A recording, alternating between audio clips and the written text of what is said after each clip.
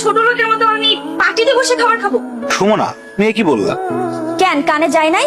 যা শুনছো সেটাই বলছি। ও মা, তুমি যদি ওই পাটিতে বইয়া না খাইতে পারো, আমার ঘরে একটা চেয়ার আছে, অবশ্য পাওটা একটু ভাঙ্গা, তবে তুমি বইসা খাইতে পারবা, অসুবিধা হইব না। স্যার ডাইনা দেই। ভাঙা চেয়ারে বসে সুমনা খাবার খাবে?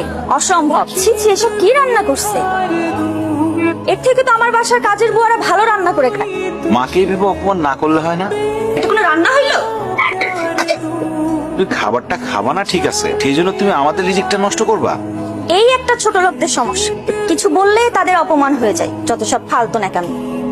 মাথাটা ঠান্ডা করো, বুঝতে পারছি তুমি এগুলি খাইতে পারবা না। তুমি কও তুমি কি খাইবা, সাইফুল হোটেল থেকে আইনা দিই। ভাবি, মা তো ঠিকই বলছে, তুমি বড় লোক মানুষ, তোমার এইসব খাবার পছন্দ নাই হইতে পারে। তুমি কি খাবা বলো? ফ্রাইড রাইস আর চিকেন ফ্রাই। মা, সেটা তো মেলা দাম। আমি সারাদিনে যে ইনকাম করি তা দিয়ে তো এক প্লেট ফ্রাইড রাইসও হবে না। এই বাসি পচা গন্ধ খাবার তুমি কোথা থেকে এনেছো? ওই যে আমাকে 3 রাস্তার মোড়ে যে দোকানটা আছে না, সুন্দর করে ওই দোকান থেকে আনছি। আমার সামনে নিজে বানাই দিছে।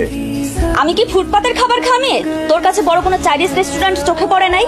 মানে তোকে বিয়ে করছি বলে কি তুই আমার লেভেলটা ফুটপাতে নামে আনছোস? বউ, তুমি তো জানো আমি একজন গরিব সবজির দোকানদার।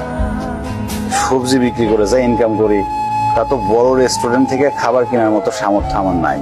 হারাম জাদা, তাই বলে কি তুই আমাকে ফুটপাত থেকে খাবার এনে খাওয়াবি? ধর, তোর খাবার তুই খা।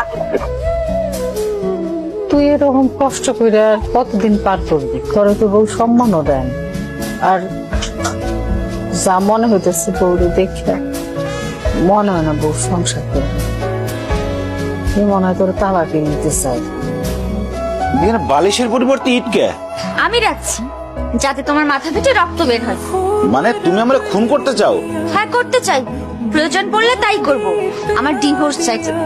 বউ, ডিভোর্স ছাড়া তুমি যা চাইবা তাই পাবা। প্রয়োজনে আমি প্রতিদিন অনেক বেশি পরিশ্রম করে তোমার জন্য চাইনিজ থেকে খাবার নিয়ে আসবো, ভালো ভালো খাবার নিয়ে আসবো। আমার না কোনো খাবার চাই না, আমার না তোমার থেকে ডিভোর্স চাই। কারণ তোমার মতো সবজি আলার সাথে না আমার যায় না। কি হলো, এরকম বজ্রপাত হয়ে যাওয়া মানুষের মতো চুপচাপ বসে আছো কেন? কি বলছি কানে যায় নাই? জি, গেছে।